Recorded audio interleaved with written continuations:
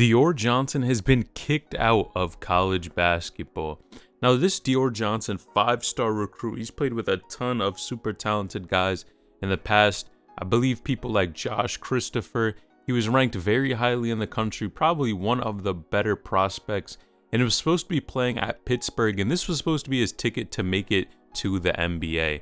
Now, of course, he is really known for changing a ton of different schools, and a lot of people have been wondering what's been going on about him, but it's official, and video footage has been released of where he has been. Now, initially, Dior Johnson actually got in trouble while he was at Pittsburgh, and the reason being, of course, it came pretty much out of nowhere. He was pretty much with the team at one point, and then all of a sudden, we hear that he's facing felony charges of aggravated assault, strangulation, a ton of stuff, and apparently he was running around chasing his girlfriend or some significant other with scissors. The situation was wild.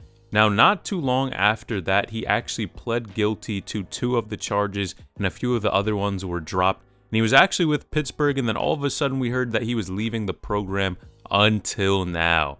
New footage has dropped that is actually showing Dior playing for a JUCO school.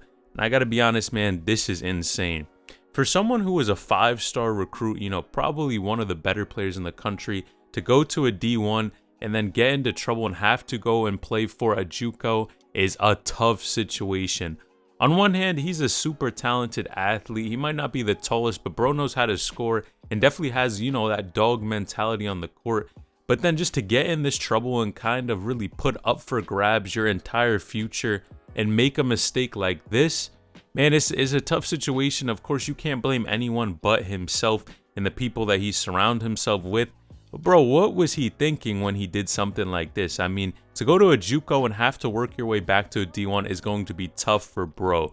The reason I say this is because, man, you look at some of this footage, even about the JUCO in general. Hopefully they can get him to a better program, but it's just one of those things that's just making it more difficult than it has to be.